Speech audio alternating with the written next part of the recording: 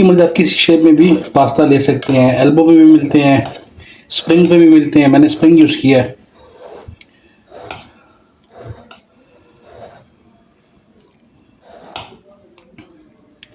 अच्छे से मिक्स करने के बाद इसमें शामिल करेंगे चीज़।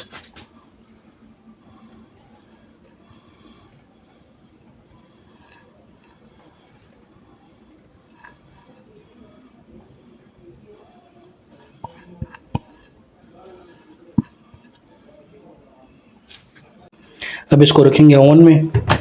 हीट को मैंने बिल्कुल हाई कर दिया है।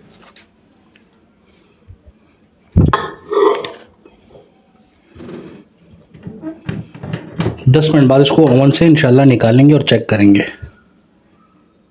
तो तकरीबन मैंने इसको ओवन में सिर्फ 5 मिनट दिए हैं और सारी जो उसमें चीज़ मैंने डाली थी वो मेल्ट हो गई माशाल्लाह। ये देखिए, ज़बरदस्त।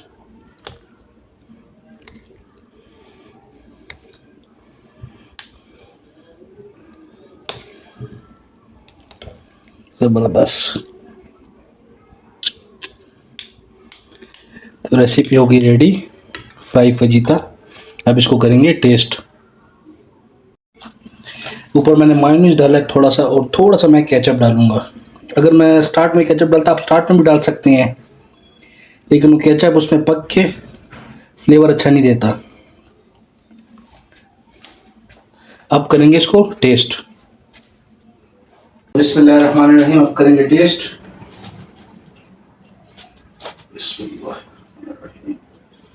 ये देखें, ज़बरदस्त।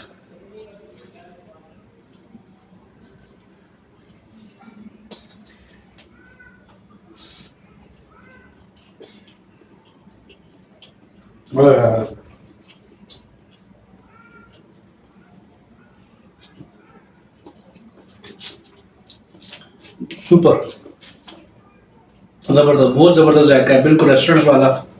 आप ट्राई करें इंशाल्लाह।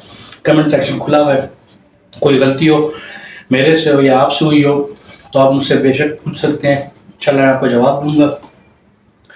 वीडियो अच्छी लगी तो लाइक करें, सब्सक्राइब करें, फॉलो करें और बेल आइकन ज़रूर दबाएं ताकि आने वाली हर वीडियो आप तक आसानी से पहुंच सके। वस्सलाम।